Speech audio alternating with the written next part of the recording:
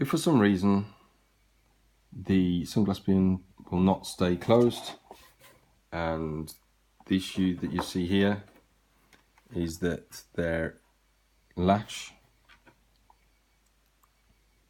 is missing, it's broken or come away, or just, you can order the latch off the link below, and this can be placed back into the console so that the sunglass bin locks again. To do this, you need to remove the rear cover and the sunglass bin door.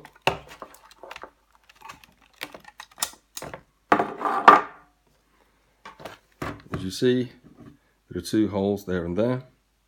The one closer to the spring clip is where the latch fits, and it just clips in, so it rotates. There. And then it's just to make sure this spring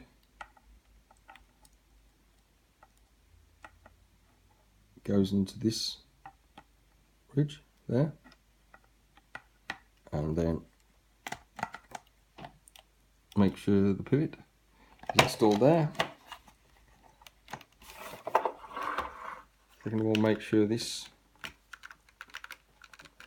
pivot is installed at that hole there, and then you can quickly check that the latch is now performing as it should, and again reinstall the sunglass bin door, making sure that it's clipped in here, there's no gap, it fits tightly, that these clips at the front in the correct position and behind and not in front, and that this retention rib sits outside of the console. Both the rear cover, the new rear cover with this rib, the new sunglass bin door and the latch are available on links below.